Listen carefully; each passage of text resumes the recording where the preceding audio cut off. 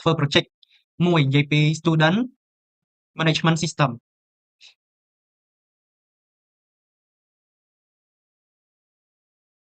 អញ្ចឹងចាំមួយ plate សិនមើលតើមានអ្នកចូលមើលប្រហែលអ្នក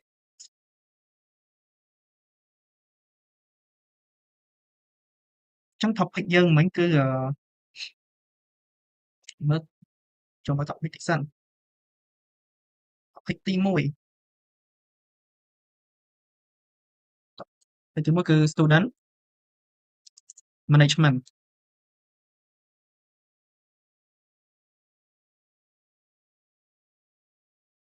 system អញ្ចឹងគេត្រូវការមួយគឺ add adding adding function ហើយនឹងមួយទៀតគឺការ save file ហើយគេហៅ file heading អញ្ចឹងមេរៀននេះនៅក្នុង C++អញ្ចឹងគេឲ្យធ្វើនៅក្នុង C++ language អញ្ចឹងគេចង់ឲ្យយើងបញ្ចូលដូចជា student មើល store and manage student មានដូចជា name ID GPA ហើយនឹង cost ចំណេញដាក់ major បណ្ដោយ major អញ្ចឹងប៉ុណ្្នឹង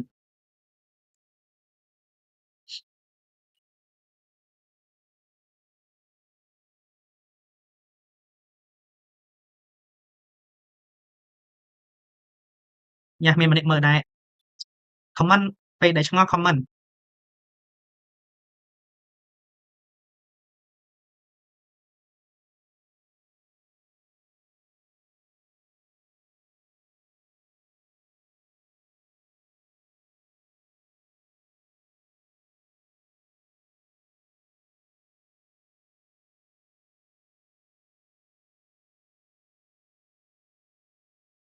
អញ្ចឹងអីយ៉ាមើលវិញអញ្ចឹងយើងចាប់ផ្ដើមធ្វើបណ្ដោយតោះកុំឲ្យខាត់ពេលយូរអញ្ចឹងទី1គឺយើងប្រើយើង complete ដាក់ include iOS TREL អញ្ចឹងអានេះ include របស់ C++ មុនគេដែលយើងមិនអាច complete បានអញ្ចឹងយើងមកអាទី2គេថា save file heading អញ្ចឹង save file heading យើង complete ឲ្យសោះឲ្យតែពាក្យថា file heading ហើយគឺយើង complete include មួយគឺ include as stream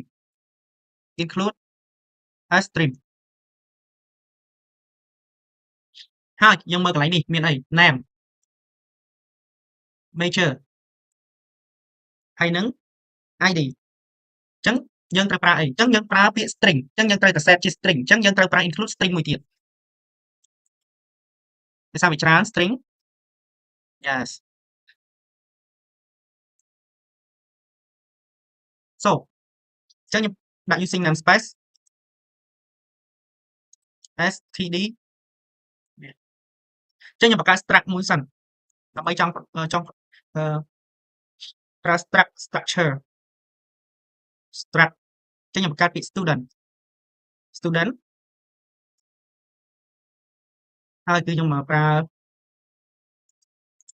ពាក្យទី1គឺ string អីគេអញ្ចឹងពាក្យ name គឺ string name អូខេទី2គឺ ID ក៏ប្រើអី ID ក៏ប្រើ string ដែរ string ID ទី3 GPA គឺជាអីគឺជា float ដោយសារ GPA វាមាន1.2ជាពេលខ្លះ GPA មានក្បៀសអញ្ចឹងយើងប្រើ float GPA វាមកហើយយើងដាក់ GPA តូចវិញស្រួលមើល GPA ដូច major ក៏ប្រើ string ដែរយើងជាមុខចំណេញមុខយើងរៀនចំណេញគេ major យើងបាន structure មួយយើងបាន structure ណាតែយើងនៅ create ឈ្មោះរបស់ structure ទៀតដើម្បីភ្ជាប់គ្នាអញ្ចឹងយើងចូលទី1យើងចូល add ហើយយើងចូល add function ហើយអញ្ចឹងយើងបង្កើត function add មកអញ្ចឹង function ប្រើពាក្យអី function គឺប្រើពាក្យ void vote អញ្ចឹង add ខ្ញុំបង្កើត add ឈ្មោះ add student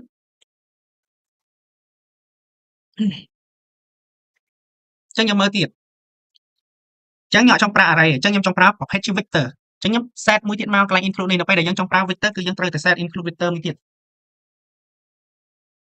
include vector គឺខ្ញុំ set include vector មួយទៀតដើម្បីបង្កើតខ្ញុំអត់ចង់ប្រើ array ទេចឹងខ្ញុំដាក់ចេះចឹងខ្ញុំប្រើ vector ខ្ញុំ set នៅក្នុងវងកញ្ចក់បណ្ដោយ vector ខ្ញុំដាក់សញ្ញាចេះមកខ្ញុំដាក់ student ខ្ញុំប្រើ struct នៅក្នុងនឹង student ហើយខ្ញុំភ្ជាប់ជាមួយនឹង list ពាក្យ list ហ្នឹងពាក្យក្នុង vector ដែរប្រើដូចជា array ដូច list ចឹងខ្ញុំបើកគ្នាមកខ្ញុំដាក់វិញពេកចឹងទី1គឺយើងធ្វើអីចឹងយើង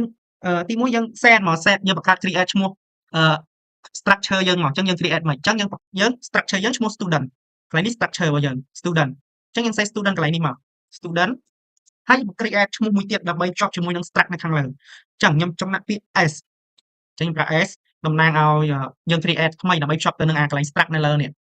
struct នៅលើ4នេះខ្ញុំចង់ភ្ជាប់ជាមួយ struct នៅលើនេះចឹងឈ្មោះគឺខ្ញុំចង់ប្រើ get line ដោយសារខ្ញុំចង់ដក clear ចឹងខ្ញុំ coutមួយសិន cout enter name ដាក់ enter student name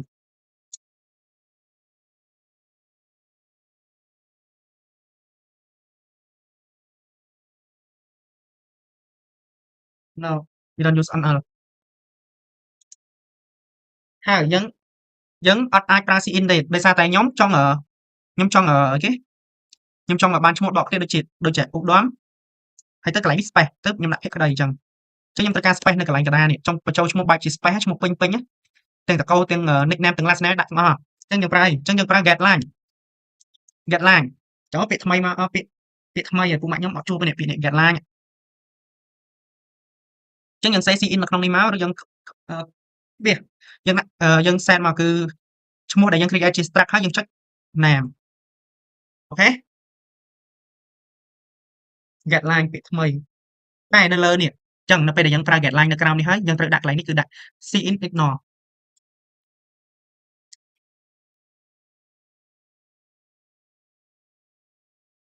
ignore ដោយសារតែយើងបំពេញវាជាយើងត្រូវចាំថាយើងអាចប្រើ cin ឧទាហរណ៍ចេះយើងដាក់ cin នៅលើហើយអានេះដូចជា input integer ឧទាហរណ៍យើង cin integer ហើយមកក្រោមនេះយើងដាក់ get line អត់កើតទេណាដោយសារ get line គឺ get line ទាំងអស់ហើយអញ្ចឹងយើងប្រើ get line តយើងប្រើ cin ignore យើង ignore អាលើសិនអញ្ចឹងយើងធ្វើមិនទៀតគឺយើង cout id មក cout idអាច enter student id ដូចគ្នា id ពេលខ្លះក៏មានក៏មានគេហៅថា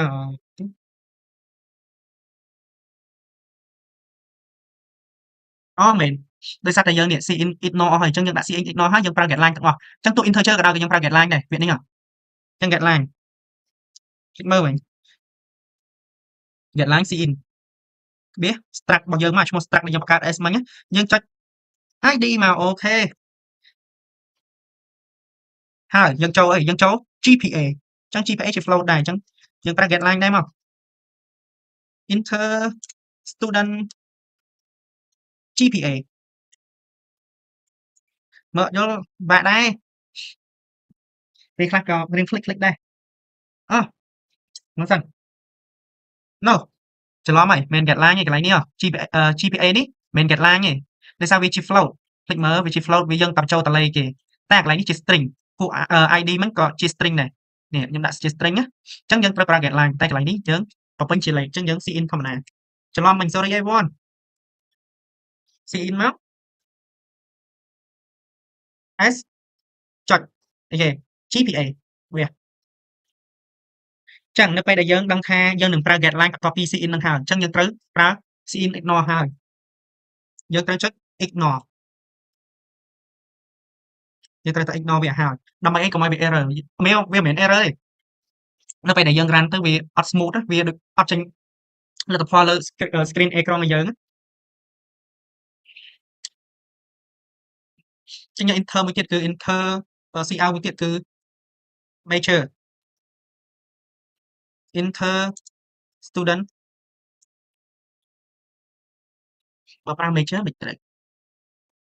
course ហ្នឹង subject ត្រូវប្រើ course មិនត្រូវចឹងយើងបង្កើតមួយ course កន្លែង subject អីចឹងណា courses ចឹងយើងទៅដូរនៅលើចឹងយើងទៅដូរ course នៅលើកន្លែងនេះដូរ major ទៅដាក់ course វិញ major ហ្នឹង courses យើងទៅដាក់កែនៅលើ course ហ្នឹងចឹងយើង cin getline មក getline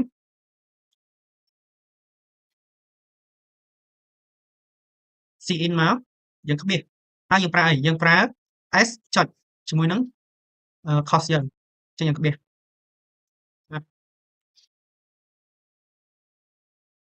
ចឹង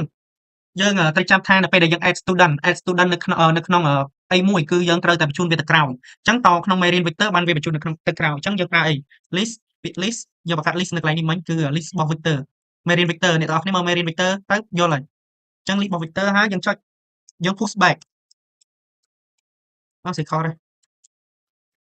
push ទៅ back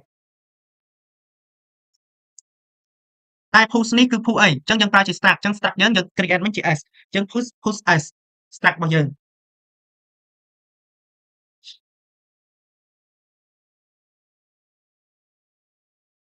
ចឹងយើងទៅយើងអត់ទាន់ចប់ទេកន្លែង add function នេះគឺយើងត្រូវគិតទៅដល់អានេះសិនfile heading C++ language សិន add កន្លែងនេះយើងអត់ទាន់ចប់ទេដោយសារតែគេនិយាយចង់ឲ្យយើងនឹង save file និងread file សិនចឹងយើង save file មក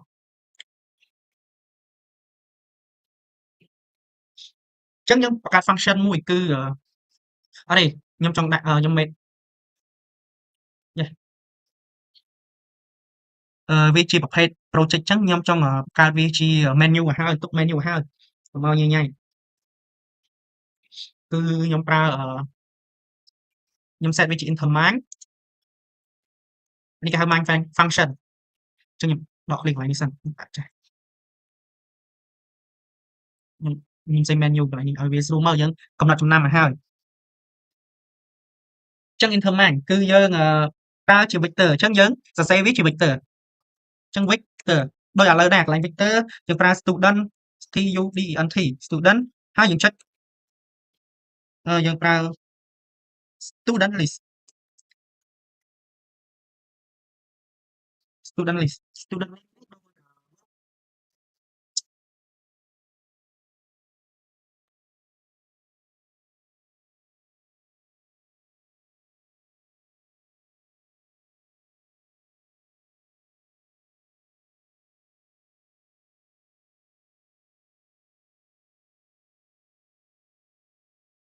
យើង load from file student list នេះដូចពួកយើង load from file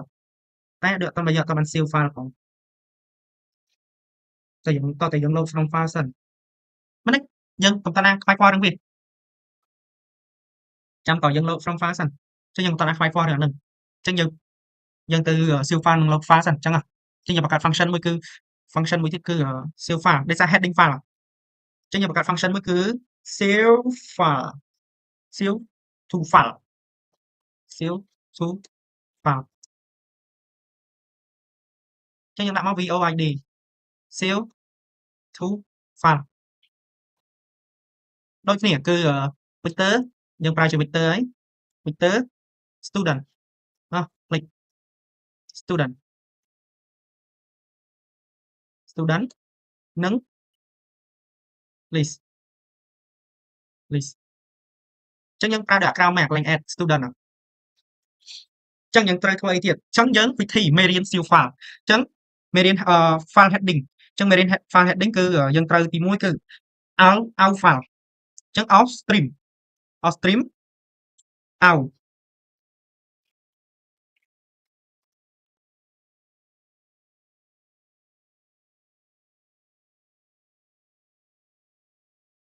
មើលមួយout អីចឹងយើងដាក់ out file ក៏បាន out ពាក្យ out ក៏បានចឹងខ្ញុំប្រើ out file ដល់ស្រួលមើល ចឹងខ្ញុំដាក់វងកញ្ចក់ត2វងកញ្ចក់ហើយខ្ញុំបង្កើត file ឈ្មោះមួយអាកន្លែងនេះគឺមានន័យថាកន្លែងនេះយើងដាក់ត្រូវប្រើ name file name of file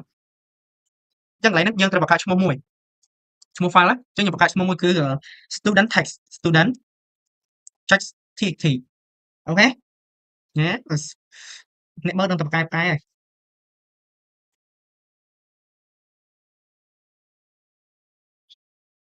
ចឹងខ្ញុំទៅរៀនពាក្យមួយនៅក្នុង Vector គឺដូចពាក្យ auto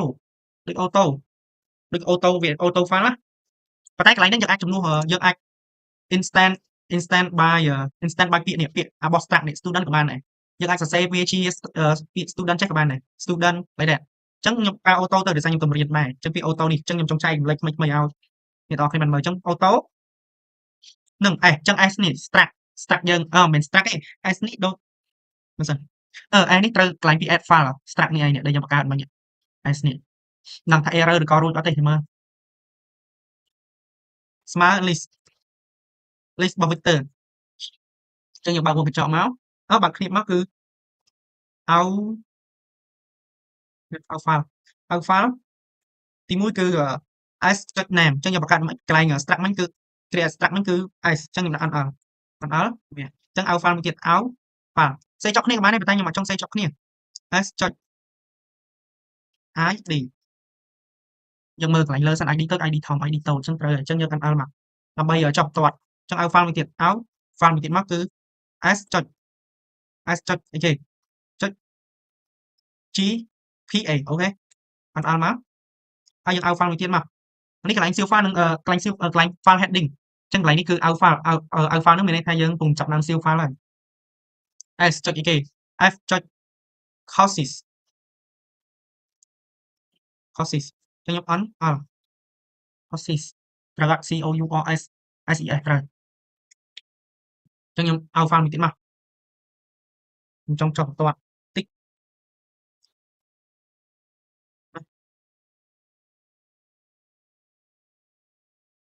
ហើយខ្ញុំ nl វានេះមានន័យថាវាមានន័យថាកន្លែងហ្នឹងខ្ញុំចង់ separator ចឹងជា separator ខ្ញុំចង់ separate វាចេញពីគ្នា separator ដូចមានន័យថានៅពេលដែលខ្ញុំបំពេញកន្លែងនេះនៅពេលដែលខ្ញុំ save file ទៅឈ្មោះសិស្សម្នាក់ដែលខ្ញុំបាន add នៅកន្លែង add student នេះសិស្សម្នាក់ចឹងពេលនៅពេលដែលខ្ញុំបញ្ចូលសិស្សមួយទៀតគឺវាដក clear វាថាដក clear ឲ្យបន្តិចណាវាដក clear វាចេញសញ្ញានេះដើម្បីឲ្យយើងកំណត់ចំណាំស្រួលមើលអញ្ចឹងមកចឹងខ្ញុំ out file ចុចពាក្យ close ចឹងខ្ញុំ close ហើយខ្ញុំ close out file ហើយណាខ្ញុំ close ហើយចឹងត្រឹម out file ខ្ញុំ close បិទរួចហើយបិទត្រឹមនេះឯង out file ចឹងយើងទៅធ្វើអីទៀតចឹងនៅពេលដែលយើង close out យើង close ហើយយើងក៏ត្រូវការ in file ដែរនៅពេលដែលយើងប្រើ close ហើយក៏យើងប្រើ in file ដែរចឹងយើង load យើងបង្កើត function មួយទៀតមកនេះបាត់តាណាហើយបង្កើត function មួយទៀតគឺ load from file យើងបង្កើតយើងនិយាយមួយខ្ញុំនិយាយមួយបញ្យល់មួយដើម្បីឲ្យអ្នកនរគ្នាយល់អត់ទៅចឹង OID នេះគេទៀតគឺយើងបង្កើតឈ្មោះមក load from file ហើយយើងបើកវងកញ្ចក់មកគឺប្រើ vector ដូចអាកន្លែង add file ដែរ vector student អាកន្លែង struct យើងមក student បើកន្លែងនេះប្រើខ្លះតែសេជា struct ទៅសញ្ញានឹង list list របស់ vector list យើងមកយើងបើកគ្នាមកចឹងនៅពេលដែលយើង save function ហើយក៏យើងត្រូវហៅ function នឹងមកទៀតដែរចឹងយើង out file រួចហើយចឹងយើង in file យើងមក stream stream in file ខ្ញុំបង្កើតឈ្មោះគឺ in file ចឹងកន្លែងនេះ out file យើងមានន័យថាបើសិនជា out file យើងឈ្មោះ student text ហើយ in file ក៏ត្រូវតែឈ្មោះនឹងដែរបើឈ្មោះចេះហើយក៏ out file យើង in file យើងក៏ឈ្មោះចឹងដែរចឹងខ្ញុំ control វាលឿនកុំឲ្យយើងខានខ្លាចផន់ច្រឡំសេឈ្មោះខុសអីចឹងណាចឹងខ្ញុំដាក់ if in file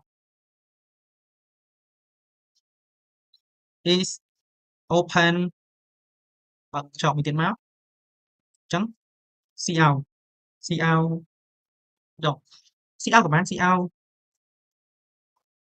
error opening file យើងដាក់ចេះក៏បានអត់មកហើយយើង return មក return return គឺយើង return ប្រទេសស្អាតចឹងមកចឹងនៅពេលដែលយើងដាក់ info យើង load from file យើង load from file អញ្ចឹង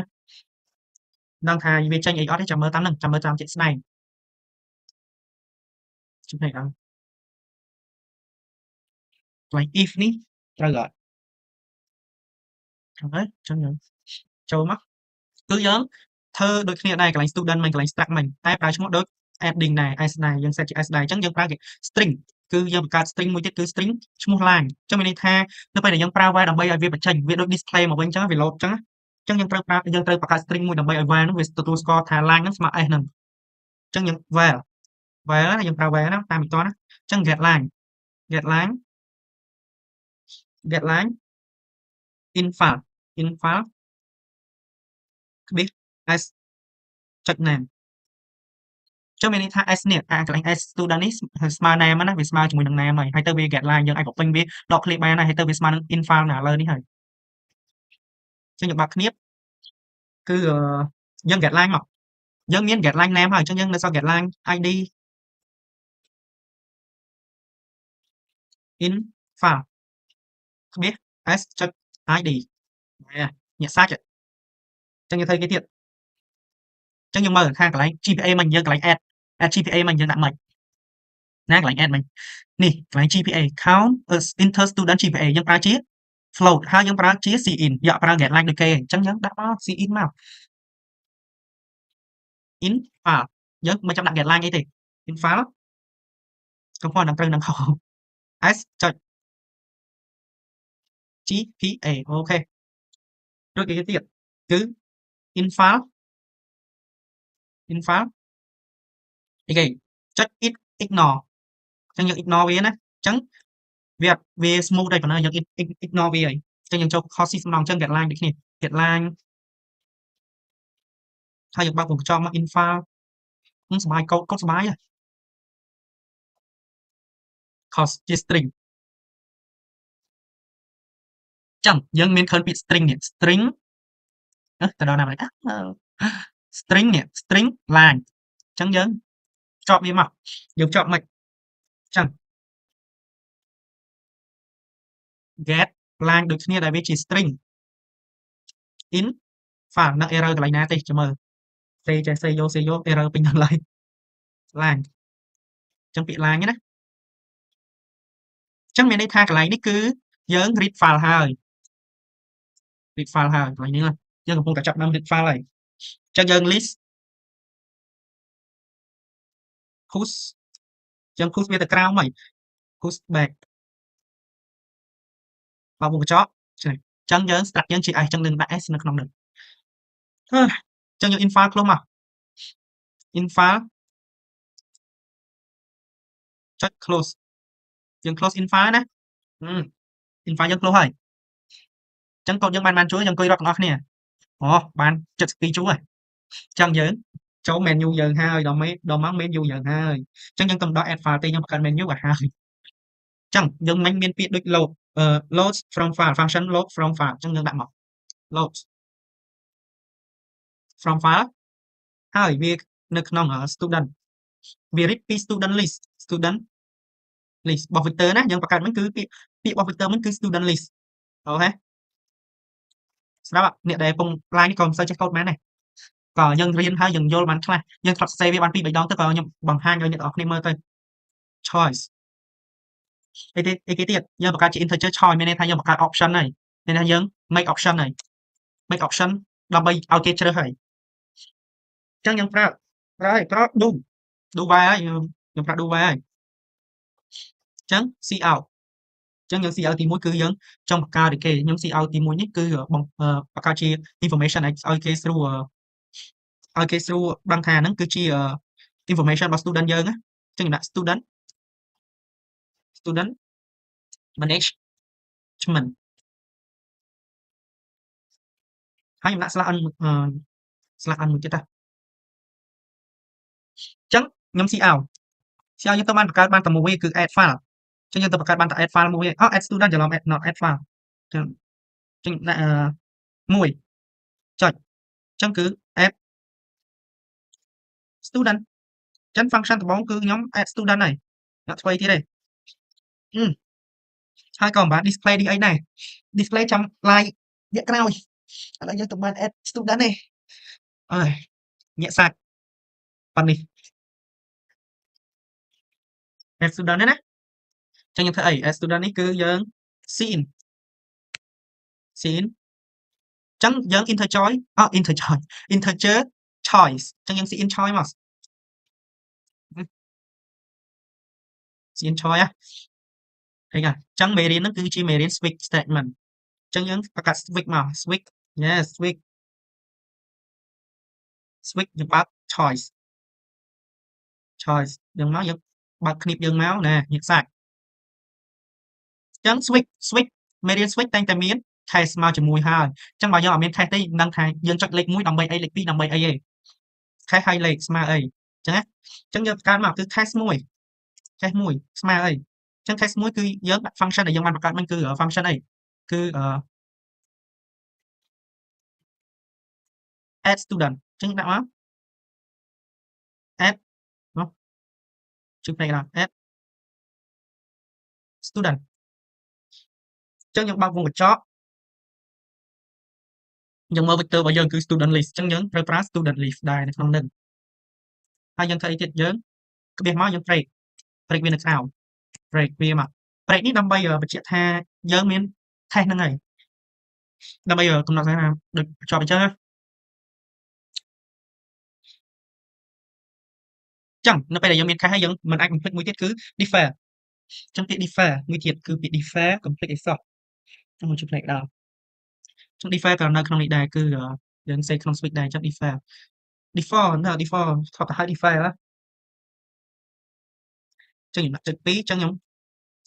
cout ហើយខ្ញុំដាក់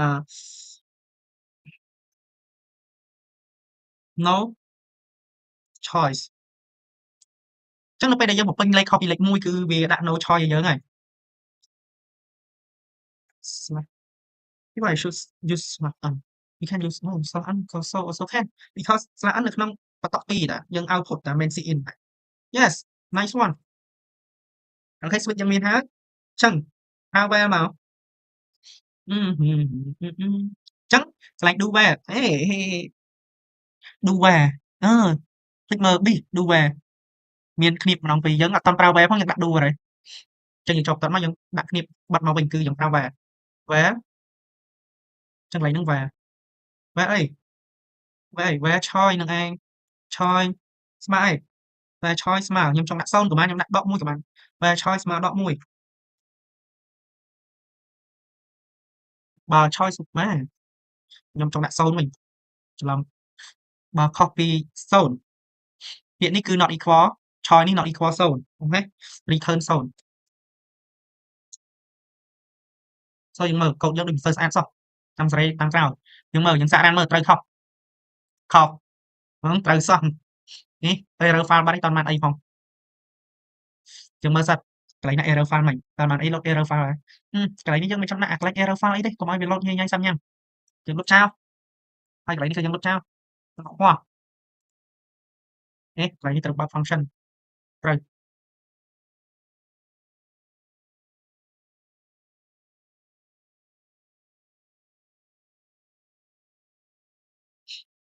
មកអីនេះ error មិនដឹងខ្លួន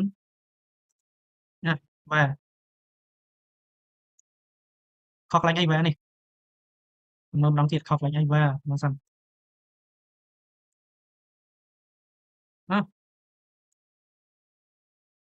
ព្រោះអានេះលុបចោល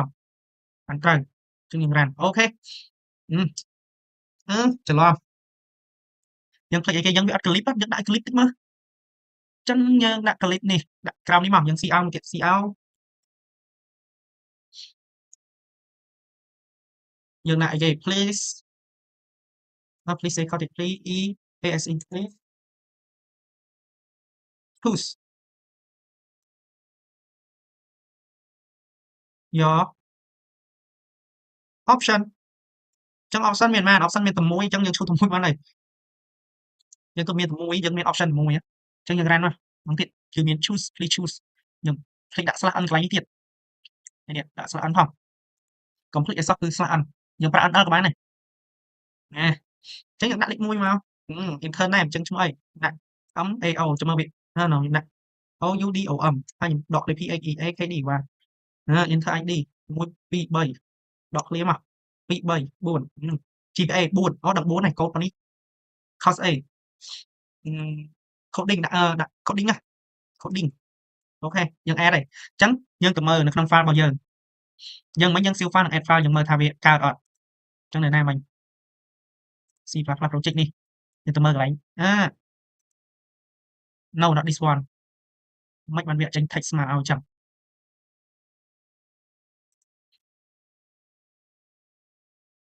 យើងមើលច្បាស់សិនមិនបានវាអត់ save file ឲ្យយើងអញ្ចឹងយើង click អីអូរកកន្លែងខុសៗណាយើងមិញវាចេញនៅក្នុង text ឲ្យទេអញ្ចឹងដោយសារអីនេះយកបាន save function save file នៅក្នុងនេះ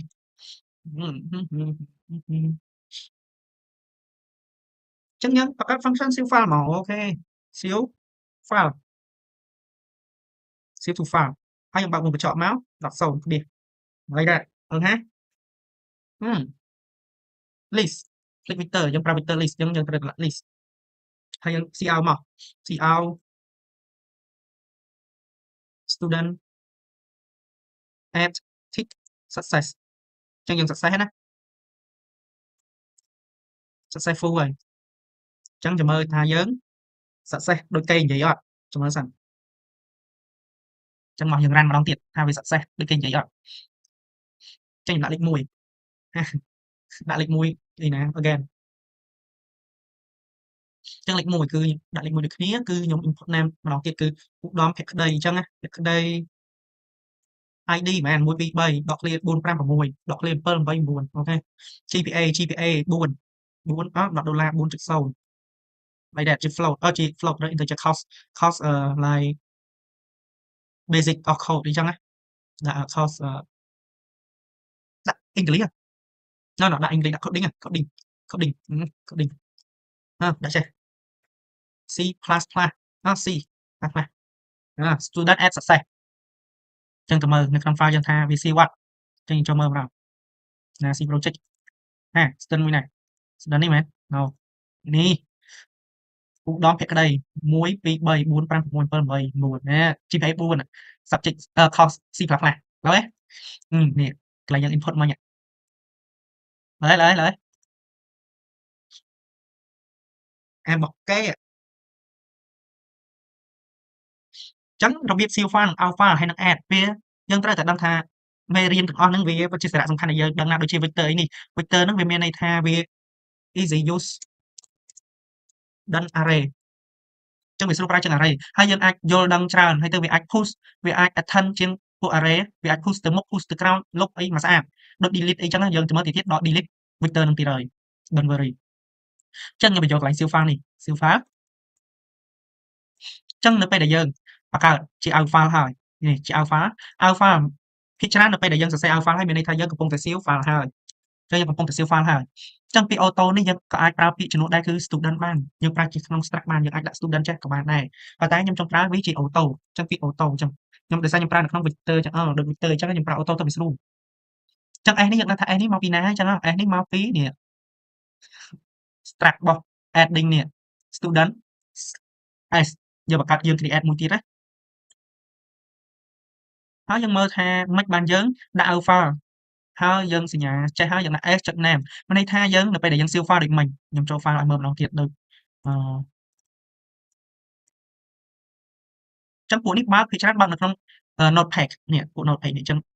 ឧត្តមភក្តីចឹងខ្ញុំព្រីកអីខំតិចឲ្យមើលចឹងឧត្តមភក្តី1 2 3 4 5 ID ខ្ញុំ GPA ខ្ញុំគឺ4 subject ខុសខ្ញុំគឺ C++ អីចឹងខ្ញុំមិនសូវបកកាយ C++ ទេខ្ញុំគាត់ថាយល់ទៅបើខ្ញុំឡាយ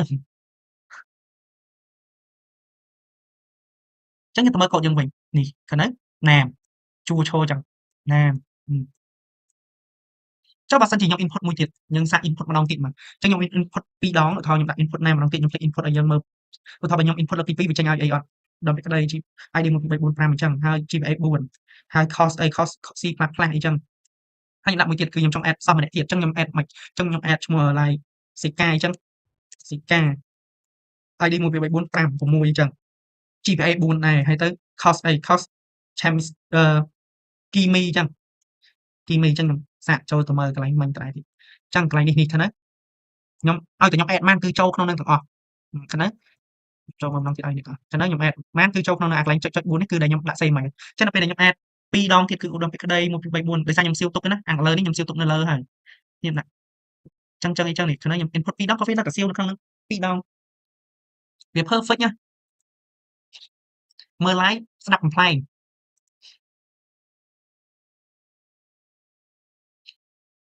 ចឹងខ្ញុំសាកឧទាហរណ៍ខ្ញុំដាក់0 input 0វាថា no choice ចឹងទៅពេលដែលខ្ញុំ input 0ចឹង cache យើងមាន cache តែមួយឯងចឹងខ្ញុំបញ្ចូលឲ្យក្បោះក្បាយ cache យើងនេះយើងបង្កើតមក cache 1ស្មើ add student ចឹងដល់ពេលដែលយើង input copy លេខ1គឺវាស្មើ0គឺឧទាហរណ៍ខ្ញុំដាក់ដក1 no cache ខ្ញុំដាក់0 no cache no choice ច្រឡំ no cache no choice ចឹងណាចឹងយើងបញ្ចូលបន្តទៀតចឹងកន្លែងនេះ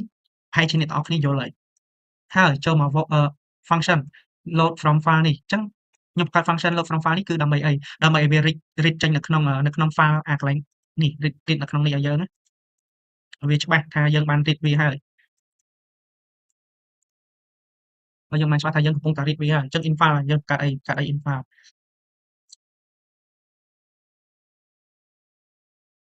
ចឹង list pushback មានន័យថានៅពេលដែលយើង input ម្ដងទៀតគឺវានៅក្រោមដែល input ចាស់យើងអញ្ចឹង input ចាស់នៅពីលើ input ថ្មីនៅពីក្រោមដូចដែលខ្ញុំឲ្យមើលមិញហើយ add student នេះខ្ញុំបានបញ្ចូលបានខ្វះក្បាយដែរហើយនេះកន្លែងនេះគឺ structure structure ស្អីមិន URE structure ហើយ ignore នេះមានន័យថានៅពេលដែលយើងប្រើ get line ច្រើនអញ្ចឹងយើងដាក់ ignore ហើយទៅដោយសារ cin មួយ ignore get line អត់ត្រូវគ្នាទេ cin នៅនេះ cin ជាមួយ get line នេះអត់ត្រូវគ្នាទេភាគច្រើនអញ្ចឹងយើងដាក់ ignore ហើយ pushback ដឹងហើយ pushback ទៅក្រោមអញ្ចឹង intermind main function កន្លែងនេះគេហៅ main function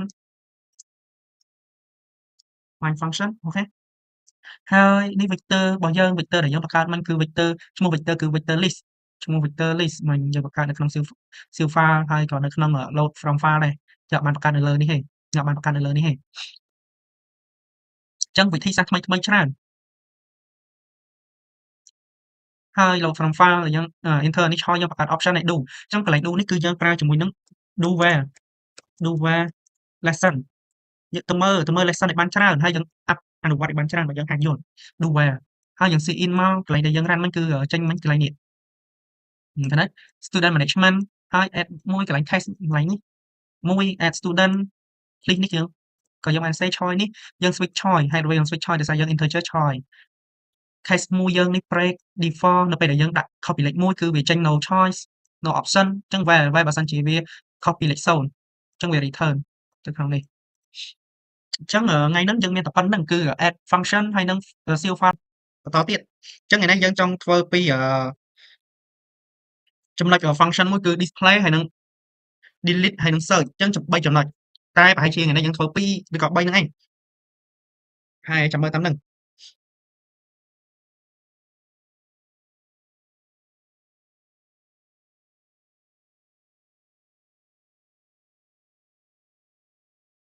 យើងចាប់ដើមអញ្ចឹងយើងចង់បន្តទៀតគឺទី3គឺខ្ញុំចង់ display វាចេញនៅពេលដែលយើង add function ហើយគឺយើង display អញ្ចឹង display data យើងចេញមកវិញណាអញ្ចឹង display student list display student list របស់យើងចេញមកហើយចំណុចទី4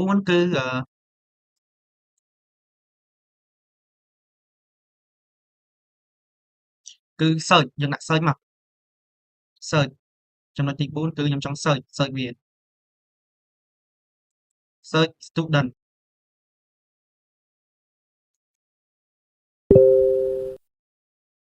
search student list student អីចឹងអញ្ចឹងយើងតមកអញ្ចឹងយើងបាន save បាន load from file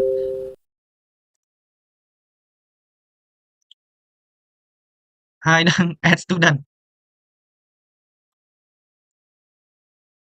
adding student បាន function ចំនួន3គឺ save load ហើយនឹង adding student អញ្ចឹងយើងតទៀតគឺយើង display មកយើង display វាគឺកូនតូចចេញអញ្ចឹងចង់ display student list អញ្ចឹងទី1យើងធ្វើម៉េចអញ្ចឹងទី1យើងបង្កើត function មកគឺ function eval display student list បើវងកញ្ចក់គឺយើងធ្វើនេះឥឡូវដែរគឺ vector នេះកន្លែងនេះដូច add ដែរ vector student list អញ្ចឹងយើងសេមក vector student student ហ្នឹងអីគេ student ហ្នឹងមកពីអឺ struct របស់យើងនិង list បើកគ្នា so យើងធ្វើទីអីគេទៀតអញ្ចឹងដើម្បី display បានគឺយើង cout មក cout លឿនcout គឺយើងដាក់តក់2គឺយើងប្រើ /n ហើយចេះនឹងយើងដាក់ all student ហើយ /n ទៀតមានបន្ទាប់មកយើងប្រើ for អី for loop អញ្ចឹងបន្ទាប់មកគឺយើងប្រើ for loop ប៉ុន្តែខ្ញុំប្រើបែប for auto បណ្ដោយគឺប្រើ auto កន្លែង auto នេះយើងអាចសរសេរinstance by student បានយើងអាចសេកន្លែងនេះពាក្យ student ក៏បាន auto ក៏បានកន្លែង student struct របស់យើងណានឹង s អញ្ចឹង s ហ្នឹងបានមកពីណា s ហ្នឹងបានមកពីកន្លែងនេះ struct នេះ struct ហើយទៅយើង create ពាក្យមួយទៀតគឺ s structure ហើយកន្លែង s នេះមានន័យថាយើងបាន create ដើម្បីភ្ជាប់ for create s for connected data ហើយយើងចុច2 list of vector ប្រើគ្នាដូចយើង cout មក cout name ចុច2ហើយយើងចុច s ចុច name n l យើងត្រូវទៀត cout id ចុច2យើងដក clear ហើយយើងចំណុចនេះដក clear វាឈ្មោះតិច s ចុច id nl យើង cout មួយទៀត cout គេ cout gpa s របស់ struct ចុច gpa nl ហើយមួយទៀតគឺ cout មួយទៀតគឺ courses អញ្ចឹង s ចុច c o u r s e s courses nl អញ្ចឹងយើង cout ចប់តយើង cout ចេះដើម្បីយើងដក clear ហើយ /n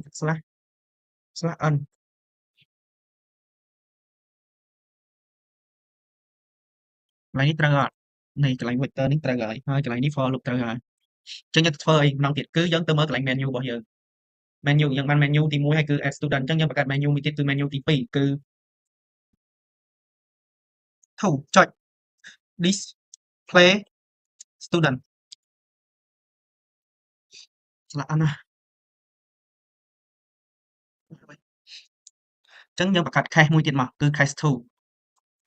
case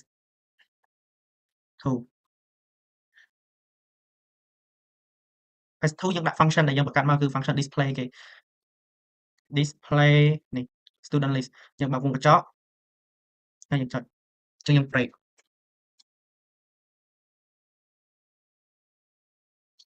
អញ្ចឹងយើងសាក run តើវា error ឬក៏អត់អញ្ចឹង error កន្លែងណាយើងមើល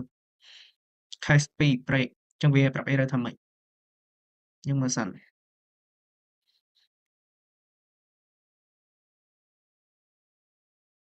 yes ភ្លេចនេះភ្លេចឈ្មោះ vector student ឈ្មោះ vector ដែលយើងបង្កើត student list អញ្ចឹងឯងមកយើងដាក់ input លេខ1យើង add student name សិនអញ្ចឹងទី1ឧទាហរណ៍ខ្ញុំដាក់ឧត្តមសេចក្តីខ្ញុំអាច space បាន id 1 2 3 4 5ហើយដាក់ gpa 4.0ខ្ញុំប្រើជាមួយនឹង float មិញហើយ courses like c ផ្លាស់ហើយនេះអញ្ចឹងខ្ញុំដាក់លេខ2ដើម្បី display មកវិញនេះ display អូ alpha ចាស់ៗបាន delete វាឯងលុះត្រាតែយើង delete alpha ចាស់ៗសិនបាន seal យើង seal ទុកនៅក្នុងនេះយើងបានខ្ញុំបាន seal ទុកនៅក្នុងនេះតោះតែយើងលុបវាចេញអស់សិនអញ្ចឹងយើងលុបចេញអស់សិនម្ដងទៀតអស់ហើយតោះយើងទៅ run ម្ដងទៀតអញ្ចឹងយើងដាក់លេខ1 position option លេខ1ដដែលខ្ញុំដាក់ឧត្តមដដែលឧត្តមភក្តី id 1 2 3 4 gpa 4 ចុច0ឡើយដែរដាក់4ទៅបាន cos C ខ្លះៗអីចឹងអញ្ចឹងខ្ញុំដាក់លេខ2ដើម្បី display មកវិញតែC មកបាន delete ទៀតដាក់ដក1យកបាន return អញ្ចឹងយើង return ដក1សិន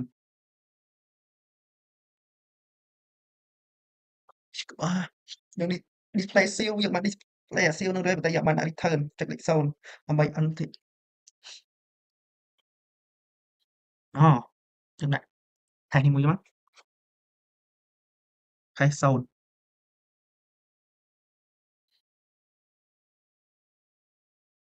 ណា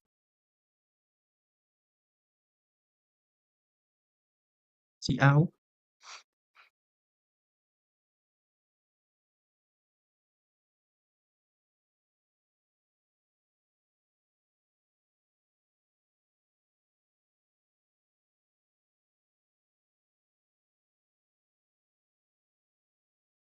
0យើងកន្លែងនេះដាក់លេខ0មួយទៀត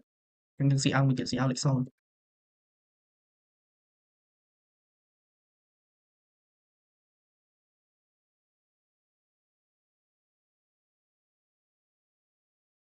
អញ្ចឹងយើង run មើល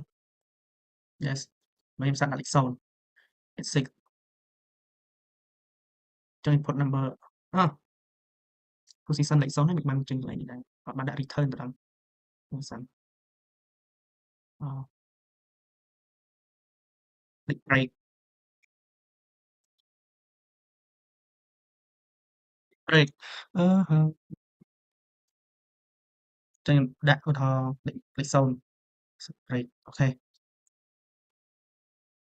ចឹងយើងទៅ input ម្ដងទៀតចឹងខ្ញុំ input លេខ1ចឹង put លេខ GPA 4អញ្ចឹង cos C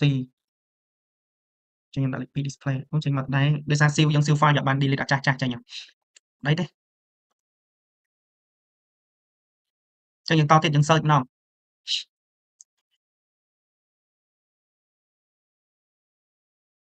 ចាំយើងប្រើចាំយើងពេលយើងចូល delete ចាំយើង delete ចេញយើងអត់តដល់ delete យើងអត់តដល់ function delete ទេអញ្ចឹងយើងដល់ function delete កន្លែងណា function delete យើងសេក្រោយកន្លែងណា add display យើងសេក្រោមនេះអញ្ចឹងនេះទៅសេនៅក្នុងនោះ delete student list អូខាត់ចូលរៀនយូរចង់ភ្លេចអស់អញ្ចឹងយើង delete student យើងបង្កើត function មួយមកបង្កើត function delete មក delete student list បើកញ្ចក់គឺយើងប្រើដូចឥឡូវដែរគឺ vector student list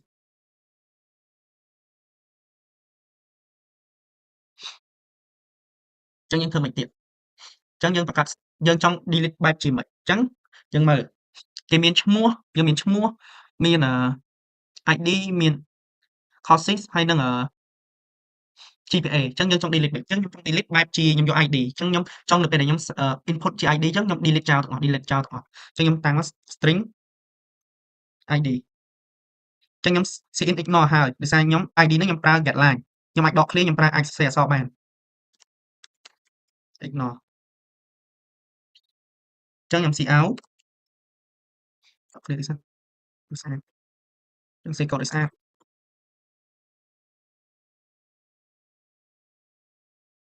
អញ្ចឹង cout enter enter ចុះ enter សេខុស ID of student to delete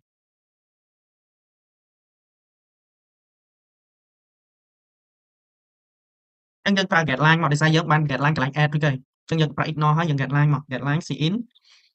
ក្បៀសហើយយើងគឺ ID អញ្ចឹងមានតែមួយទេយើងមិនចាំដាក់នឹងអីទេ getLine តែកន្លែងនេះត្រូវដាក់ S ឬក៏ ID ដោយសារយើងបាន save ID ហើយអញ្ចឹងយើងប្រើ for loop ដោយសារយើងមានសិស្ស5នាក់ for loop integer i ស្មើ0 i តូចជាង list ចុច size list ចុច size យ៉ាអញ្ចឹងនៅក្នុង list យើងមាន5នាក់យើងបាន input យើងបាន add មិញដឹងប៉ុន្មាននាក់6នាក់យើងបានពេលដែលយើងបាន save មិញណាវាលើស5នាក់ផងមិញID បូកកន្លែង add មិញយើង add បានអ្នកមើលភ្លេចអូមែនកន្លែង add នេះបានយើងអត់បានប្រើ for loop ផងយើងអត់បានកំណត់ជា array ផងភ្លេចមើលច្រឡំលំហាត់មកខាងសុំមិញយើងបានប្រើ for loop ទេអញ្ចឹងយើង list size ហ្នឹងយើង input យើង save បានប៉ុន្មានគឺយើងយកប៉ុណ្ណឹងអញ្ចឹងយើងប្រាប់ if list បើគ្នាប i អញ្ចឹងយើងប្រើនៅក្នុង array ក្នុង for loop អញ្ចឹងយើងចុច id អូខេដើម្បីវាមិន list នៅក្នុងដែលយើងបាន save មិញយើង save មានទាំង name មានទាំង id មានទាំង GPA មានទាំង courses អញ្ចឹងយើងយក id អញ្ចឹងតយើង input id បានវា delete អញ្ចឹងយើងដាក់ id មកស្មើ id បើគ្នាបើសិនជា list id នេះស្មើ id អញ្ចឹងយើងអាចដាក់ copy id ទេយើងត្រូវដាក់ស្មើ id ដែលយើងបាន save ទុកដែលយើងបាន add មិញអញ្ចឹង list ចុចអីចុច array erase អញ្ចឹងពាក្យថា erase គឺលុបហើយយើងបានលុបហើយអញ្ចឹង list begin បូក i បូក i អញ្ចឹង i នេះគឺជា array នៅកន្លែងនេះ list begin នេះគឺចាប់ផ្ដើមលុបអញ្ចឹងយើងចុច save file មកយើង save function save file នៅក្រោមហ្នឹងមក complete answer គឺ list ក្នុងហ្នឹង list របស់ Victor ដោយសារយើងប្រើ list អញ្ចឹងយើង cout and then record delete យើង record delete ដែរ deleted record delete ចុច slash ហើយយើង return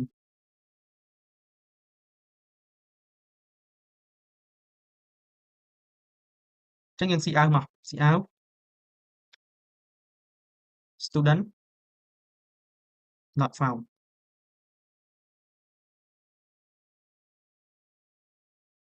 អញ្ចឹងកន្លែង student not found ហ្នឹងនៅពេលដែលយើងបំពេញ ID ខុសដូច if a អញ្ចឹងយើងប្រើ if a ក្នុងហ្នឹងចឹងយើងនៅពេលដែលយើងsay ថាឧទាហរណ៍ ID យើង say ID ឧទាហរណ៍1 2 3អញ្ចឹងខ្ញុំទៅមើលខ្ញុំ open list មួយទៀតសិនអញ្ចឹងខ្ញុំចង់ open មួយទៀតគឺ open file នេះ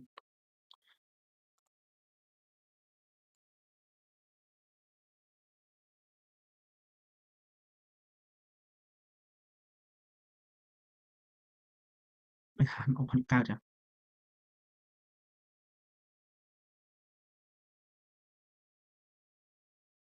មើល open កើតចឹងវាមានជា TXT អញ្ចឹងយើងបើកអមតាយើងបើកអមវាចឹង open with this one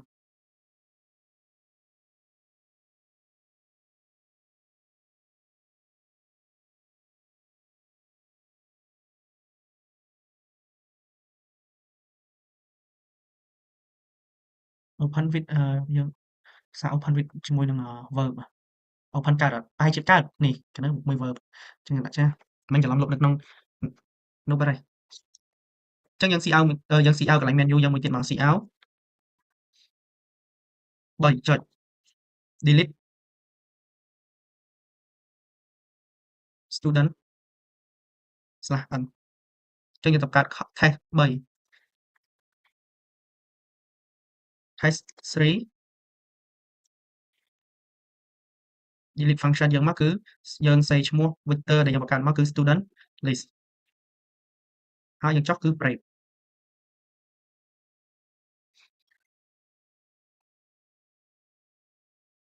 អញ្ចឹងយើងសាក run អូខេអញ្ចឹងយើង display មកសិននេះយើងមានច្រើនគឺ1 2 3 ID ដល់9ឧត្តមសេចក្តីតតែអញ្ចឹងយើង delete ទាំងអស់មកអញ្ចឹងយើងចុចលេខ3ដើម្បី delete អញ្ចឹង ID យើងមើល ID យើងចង់ delete ID មួយណាអញ្ចឹង ID ដល់ទី1គឺ1ដល់9អញ្ចឹង1 2 3 dot clear 4 5 6 dot clear 7 8 9អញ្ចឹងយើង enter អញ្ចឹងបាត់អត់អញ្ចឹងយើងទៅមើលយើង display មកវិញលេខ2អញ្ចឹងបាត់ឥឡូវនឹងអត់អញ្ចឹងវាបាត់យើងបាត់ឥឡូវហ្នឹងនៅពេលដែលយើង display មកបាត់កន្លែង1 2 3 ID 1 2 3 4ដល់9ហ្នឹងយើងមើលលើម្ដងទៀតឃើញទេនេះបាត់ ID នេះបាត់ name អាហ្នឹងបាត់ student ហ្នឹង so យើងនៅសល់ចាប់ពីឧត្តមភក្តីទៅអញ្ចឹងដោយសារខ្ញុំសេឈ្មោះវាមួយគ្នាពេកអញ្ចឹងខ្ញុំ delete ចោលអស់សិនអញ្ចឹងខ្ញុំដាក់លេខ3ម្ដងទៀតខ្ញុំដាក់ 1 2 3 delete P មកអញ្ចឹងខ្ញុំ delete អស់អញ្ចឹងដាក់លេខនេះ1 2 3 4អញ្ចឹងខ្ញុំដាក់មើលដាក់លេខ3 delete 1 2 3 4អូខេអញ្ចឹងខ្ញុំដាក់លេខ2ដើម្បី display ម្ដងទៀតគឺនៅសល់ប៉ុន្មានអ្នកយកមើលអញ្ចឹងនៅសល់ត្រឹមសេចក្ដីឧត្តមសេចក្ដីអញ្ចឹងខ្ញុំ delete 3ហ្នឹងចោលអស់ទៀតអញ្ចឹងខ្ញុំដាក់លេខ3ដើម្បី delete ទៀតគឺខ្ញុំ delete ឧត្តមសេចក្ដី1 2 3 4 5 ID 1 2 3 4 5ហើយខ្ញុំ delete ទៀត1 2 3 4ខ្ញុំ delete តាម ID ទាំងអស់អញ្ចឹងខ្ញុំ display អញ្ចឹងនៅសល់1អញ្ចឹងនៅសល់តែសេចក្ដីមួយឯងអញ្ចឹង student នៅសល់តែសេចក្ដីមួយទេដោយសារខ្ញុំ display ហ្នឹង display តែ ID តាម ID អត់ display តាមឈ្មោះទេខ្ញុំ display តាម ID address អីហ្នឹងអញ្ចឹងនៅពេលដែលយើងមាន ID យើងស្រួល display នៅពេលដែលយើងសូវ display student មកយើងស្រួល delete នៅពេលដែលយើងឃើញ ID so wait how many minutes now 30 minutes already អញ្ចឹង30 minutes ហើយអញ្ចឹងយើងបាន2ចំណុចអញ្ចឹងយើងបាន delete ហើយនឹងយើងបាន display vector ចំណុច display data student list មកហើយនឹងយើង delete យើងបាន delete មួយទៀតអញ្ចឹងមានន័យអត់យល់ទេបើថាអ្នកនរគ្នាអត់យល់អាចឆាតសួរបានអាច comment សួរបាន not chat comment ក្រោម YouTube ហ្នឹងទៅអញ្ចឹងយើងរៀនបានមើលយើងបានចំណុចទី1គឺយើងចេះ adding function ទី2យើងចេះ save file read file ទី3យើងចេះ display file ទី4យើងចេះ search file អីចឹងកន្លែង read file មានន័យថាយើងទៅ read នៅក្នុងនេះដូចថាខ្ញុំបាន set នៅក្នុង page 1គឺនេះអញ្ចឹងយើងទៅមើលម្ដងទៀតតើវានៅសល់ប៉ុន្មាននៅពេលដែលយើងបាន delete ចោលអស់អញ្ចឹងយើងទៅមើល project យើងអញ្ចឹងនៅសល់នៅសល់តែដែរអញ្ចឹង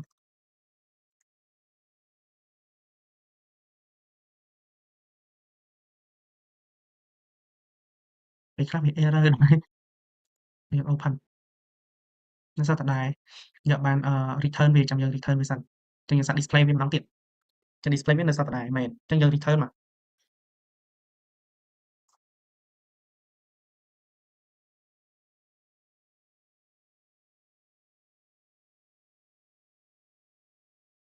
ហើយជា error កន្លែងណាមួយ delete ពីនេះសិនវាច្រឡំគ្នាពេញហ្នឹងអញ្ចឹងយើងសាកdisplay វាមកម្ដងទៀតអញ្ចឹងខ្ញុំចង់ដាក់លេខ1ដើម្បី add វាអញ្ចឹងខ្ញុំ add ឈ្មោះខ្ញុំម្ដងទៀត ID 1111 4ដង GPA 3 cost IEE អញ្ចឹងខ្ញុំចង់នេះអញ្ចឹង name ឧត្តមសេចក្ដីអញ្ចឹងវា display name ឧត្តមសេចក្ដី ID 111 GPA 3 cost IE អញ្ចឹងខ្ញុំadd មួយទៀតអញ្ចឹងខ្ញុំ add កន្លែង hint អីចឹងដាក់ hint like that my friend អញ្ចឹងដាក់222 GPA 4 like that cost C plus C++ អញ្ចឹងខ្ញុំ display លេខ2អញ្ចឹងចេញ hint លេខ2នៅពីក្រោមយើងហើយអញ្ចឹងខ្ញុំ delete ចោលដាក់លេខ3អញ្ចឹង delete ID ណាខ្ញុំដាក់ delete ID 111អញ្ចឹងខ្ញុំសូ display វាមកវិញអញ្ចឹងនៅសល់តែ hint នេះអញ្ចឹងបាត់ឧត្តមសេចក្ដីបាត់ហើយអញ្ចឹងខ្ញុំដាក់លេខ0ដើម្បី exiting ចេញពី program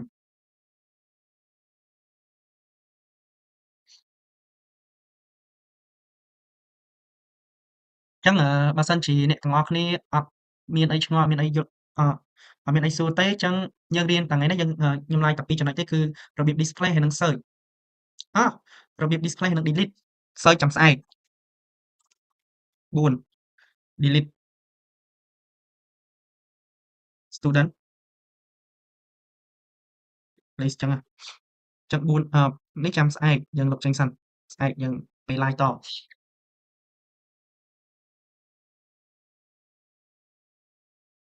ញ្ចឹងជម្រាបលាអ្នកនរគ្នាអញ្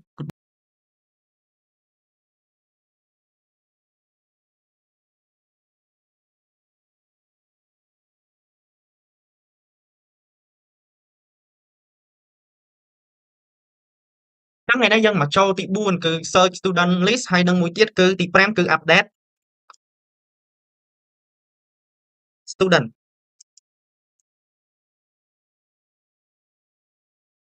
អញ្ចឹងយើងចូលចំណុចទី4អញ្ចឹងយើង say តពី add display function delete អញ្ចឹងយើង say តពី delete timeline 2ថ្ងៃអញ្ចឹងយើងដាក់search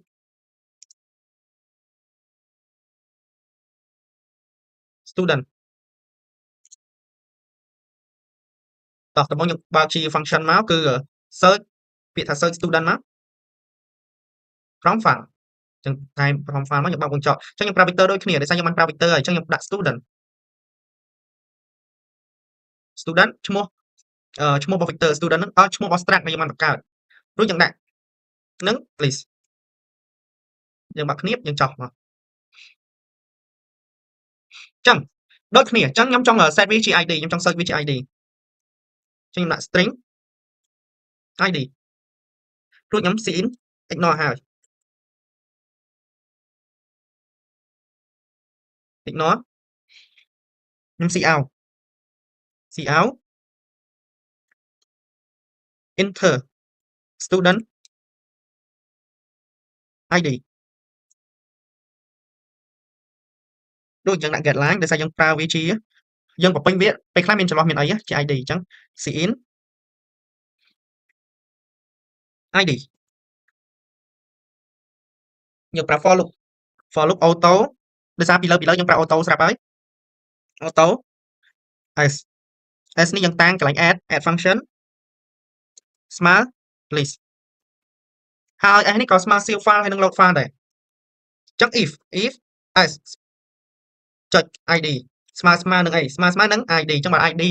របស់ function search នេះវាស្មើនឹង id ដែលយើងបានតាំងនៅក្នុង struct ចឹងមកគ្នាទៀតមកអញ្ចឹងយើងបានលក្ខខណ្ឌមួយ cout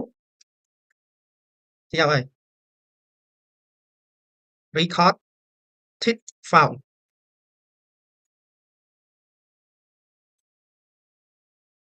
ដូចយើង cout មួយទៀតមក cout ឈ្មោះអញ្ចឹងនៅពេលដែលយើង search id យើងនឹង search ឈ្មោះឃើញថាជានរណា s ចុច name យើង n ហើយយើង cout មួយទៀតគឺ id GPA និង cost យើង cout ទាំងអស់ cout id s ចុច id n យើង cout មួយទៀត GPA ss ចុច GPA n ហើយយើង cout មួយទៀតគឺ courses តែយើងមិនបានដាក់ cost យើងប្រើដូច major ចង់ភ្លេចខ្ញុំប្រើ cost ឬក៏ major នេះប្រើ cost ច្រឡំជាមួយនឹងមេរៀនលើកមុន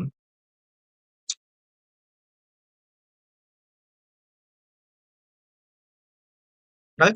courses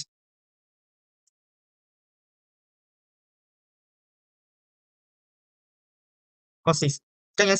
ហើយចុច courses n រួចយើង return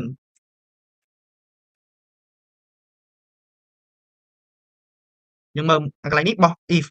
កន្លែងនេះបោះfor ហើយកន្លែងនេះបោះ function អញ្ចឹងយើងចាប់បន្ទាត់កន្លែង for មកយើងសេនៅក្នុង function យើងដាក់student not found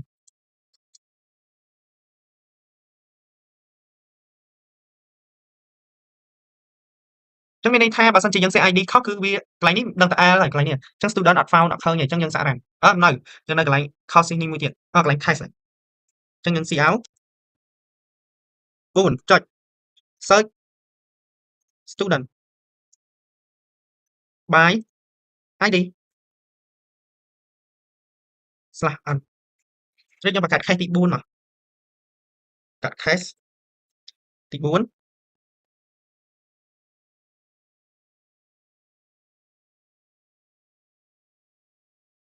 យើងដាក់ function search យើងមកអញ្ចឹងយើងដាក់ student list នៅក្នុងណានេះខុសបានត្រូវនឹង vector រួចយើង break sorry វានេះឆាតមកញ៉ៃតិចហើយអញ្ចឹងយើងបាន case 4 ហ្នឹងអញ្ចឹងយើង run ចេញក្នុង display សិននៅក្នុង file យើងមានឈ្មោះ hang hin ហើយ hang hin ហើយទៅខ្ញុំចង់ add មួយទៀតគឺខ្ញុំដាក់ឈ្មោះខ្ញុំម្ដងហើយ id ខ្ញុំ1 GPA 4 courses C program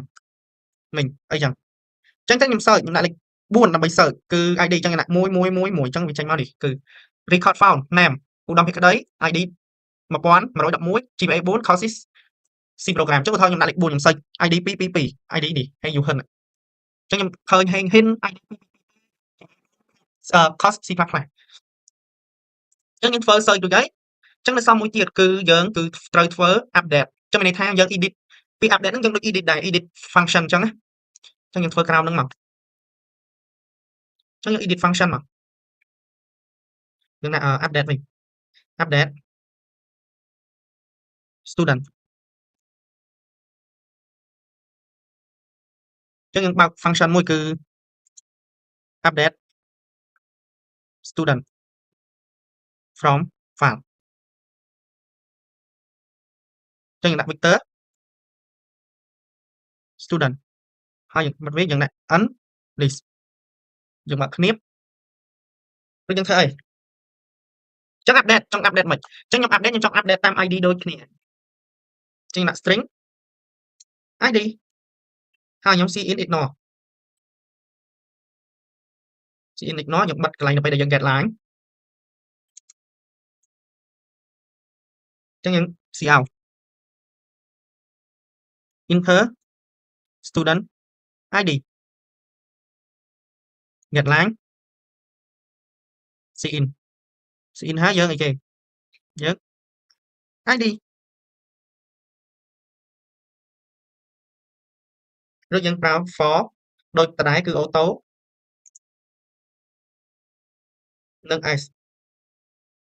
ចុច2 list របស់ vector យើងបើកគ្នាបយើងដាក់ if s ចុច id ស្មើ id ដូចអាកន្លែង search មិញដែរយើងបើកគ្នាបគឺយើង cout ចាំមកគឺ enter new name យើង get line cin ហើយនឹង s ចុច name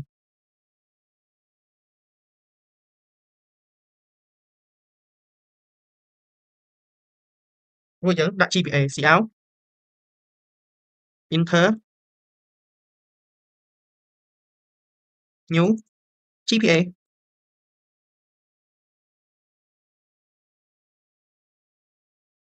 ចឹងយើងដាក់ cin s ចុច gpa ខ្ញុំ cout មួយទៀតអូ Westline sorry love Westline ត្រូវការបុគ្គលិកច្រើនណាស់ enter new cost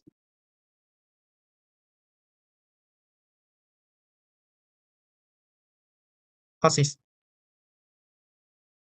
ចឹងខ្ញុំ get line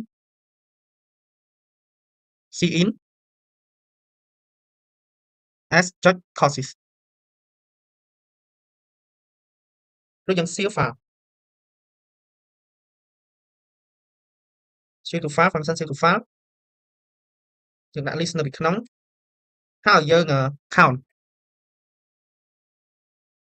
record update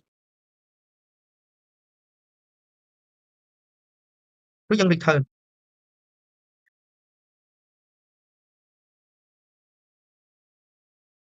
ហើយយើង cout មួយទៀតនៅក្រៅនៅកន្លែងក្នុង function ដែរតែនៅក្រៅ for loop យើងដូច if else អញ្ចឹងណាអញ្ចឹង student not found អញ្ចឹងយើងហើយនេះ update student ដូចកន្លែង search ដែរយើង say ខុសតែកន្លែងនេះទេកន្លែងនេះ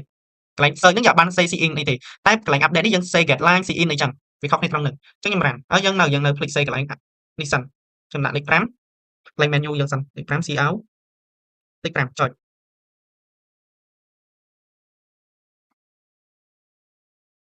អញ្ចឹងដាក់ update student by id ហើយខ្ញុំទៅបង្កើត case មួយ case ទី5 case ទី5គឺ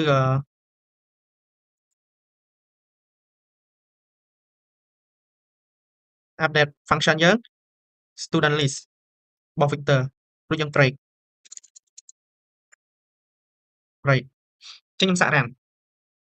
តើវាចេញអត់អញ្ចឹង error កន្លែងនេះអញ្ចឹងវា error ដោយសារអីយើងមើលសិន get line សេខុសឆ្លងអោបកន្លែងនេះទៀតកន្លែង return 0យើងលុបទៅកុំ return 0 return ទៅទេ return 0 មិនកើតបើនៅក្រោម return 0ហើយអញ្ចឹងខ្ញុំដាក់ឧទាហរណ៍ខ្ញុំដាក់លេខប៉ុន្មានពី show function មកshow data សិន display data ហើយខ្ញុំឃើញ hen id 222ឧទាហរណ៍ពីក្តី id 111អញ្ចឹងខ្ញុំដាក់លេខ5ដើម្បី update អញ្ចឹង id អញ្ចឹងដាក់111អញ្ចឹងខ្ញុំដាក់ new name អីអញ្ចឹង11ហ្នឹងដំបូងឈ្មោះឧត្តមពីក្តីខ្ញុំដាក់ឧទាហរណ៍ខ្ញុំដាក់ ក្តីអញ្ចឹងក្តីភាគ GPA 3.3 new cost នេះខុសកន្លែងណាយកទៅមើលម្ដងទៀតខ្លាចយើងសេខុស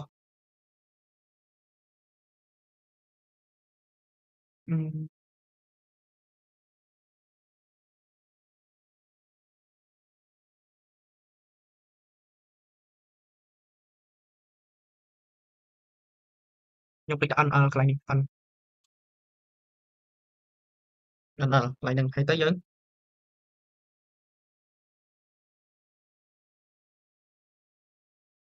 ហើយទៅយើង return នៅក្រៅហើយយើងសាកធ្វើម្ដងទៀតចឹងខ្ញុំដាក់លេខ2មក display ដដែលចឹងនេះ cost នេះយើងអត់តាមបានបំពេញយើងសាកធ្វើម្ដងទៀតសិនចឹងខ្ញុំដាក់លេខ5ហើយខ្ញុំដាក់ ID មួយដូចគ្នាខ្ញុំដាក់ចាក់ក្តីមកវិញមិញខ្ញុំដាក់ក្តីភាគវាស៊ីវរួចហើយ GPA 4ចុះមិនបានកន្លែងនេះ see in កើតខ្ញុំមើលសិនងាត់ឡើង see in cost ដូចគ្នាតាពេលនេះដូចគ្នាត្រូវហើយ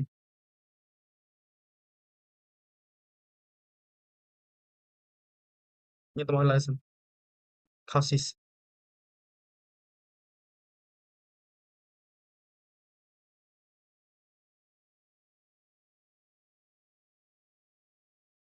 យើងសាកដាក់នៅពីលើ GPA វិញ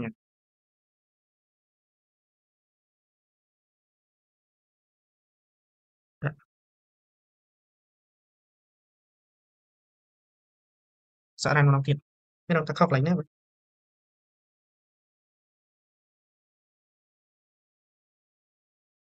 ដាក់លេខ5ម្ដងទៀតគឺ ID មួយដាក់ K cost OPP GPA 4អូខេចឹងខ្ញុំ display មកគឺនេះចេញមកហើយឈ្មោះ K ID courses ចឹងនេះយើង search ហើយយើង update បានហើយចឹងអ្នកនរគ្នាឆ្ងល់ត្រង់ណាអត់ថាឆ្ងល់សួរហើយ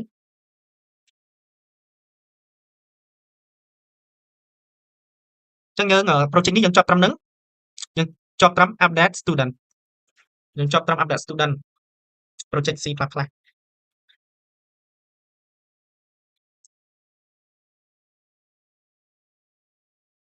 តើអ្នកទាំងអស់គ្នាមានតែឆ្ងល់អត់ម្នាក់មើលណាគេម្នាក់ហ្នឹង